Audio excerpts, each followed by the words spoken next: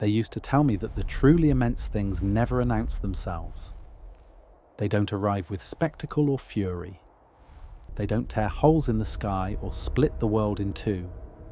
Instead, they settle into existence the way dusk settles over a field, quietly, gradually, so gently that you only realize what has happened when the light is already gone. I didn't believe that once. Now I stand at the edge of a wind-worn cliff, looking down into a basin filled with drifting fog that moves like a pale sea. The stone beneath my boots feels older than memory, older than language. I don't feel like a traveler here. I feel like a footprint, something temporary pressed into something eternal. The air carries a strange weight, as though it holds stories too heavy to fall back into the ground. Every breath tastes like dust and rain, and centuries that never learned how to die. The elders used to whisper that the world itself learned how to speak by listening to the giants first. They said the hills curved because massive backs once leaned against the sky. They said rivers learned how to wander by following the paths of colossal hands trailing through soft earth. They said the deep scars across the land weren't made by ice or flame, but by beings who reached too far and discovered that even the world has limits. I laughed when I was younger. I thought legends were just shadows cast by fear and boredom. Then one dawn, the horizon broke its own rules. The sun climbed into the sky from the wrong place, spilling light sideways across the valley. Shadows stretched thin and long, like they were trying to escape the ground. The birds went silent. The wind held its breath.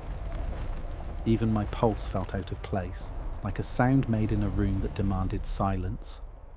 That was when I noticed the stillness wasn't empty. It was full, not with noise, not with shape, with attention. Something vast pressed against my thoughts, slow and steady, like a tide that didn't need to rush because it knew the shore would eventually surrender. I understood then what the stories meant. We don't exist in their vision the way mountains or oceans do. We're more like sparks flung into the dark, brief flashes that flare, vanish, and leave nothing behind but a memory the night barely keeps. And yet, I can't shake the feeling that something out there is aware, that something ancient listens, not with ears, but with the land itself. Long before towers clawed at the clouds and roads stitched the world into neat lines, the giants were said to roam beneath skies so crowded with stars that darkness had nowhere to hide. Their voices weren't weapons, they were weather. Their songs rolled across empty plains and sank into the soil, teaching the earth how to remember. Sometimes, when the wind slips through the valley just right, I hear something beneath it. A low vibration, not quite sound, not quite silence. It hums through my bones instead of my ears. As the fog thins, the valley reveals what it's been hiding. Trees snapped and scattered like fallen arrows.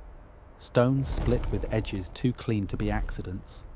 Pathways carved into the ground so wide they feel more like the memory of a road than an actual one. None of it feels destroyed, it feels left behind, like a room after someone important has walked out for the last time. I trace the marks with my eyes and realize they form a story without letters. A tale written in pressure and absence. A tale of choosing to step out of the world rather than rule it. The giants didn't disappear in battle or catastrophe. They didn't fall to fire, flood, or time. They thinned, the way moonlight thins when morning arrives. They faded not because they were weak, but because the world was becoming too small to hold them. I look down at my hands, shaking slightly in the cold air, and feel how fragile they are. How brief. I wonder what the ground will remember about me. Will it recall my steps the way it recalls theirs? Will my presence linger in the stone when my name no longer lingers anywhere at all? Above me, the clouds part, and the sun spills gold across the peaks. For a heartbeat, the mountains resemble the outline of a massive figure, stretched across the edge of the world, resting instead of standing. I close my eyes. The earth doesn't feel like dirt or rock or soil anymore. It feels like a chest rising and falling. Not a world, not a place, a living thing, old enough to have watched gods grow tired and legends grow quiet. Maybe the giants are gone, or maybe they've simply learned how to become the silence beneath everything, waiting for us to realize that the world was never shaped for the smallest voices to claim it, only to listen to it.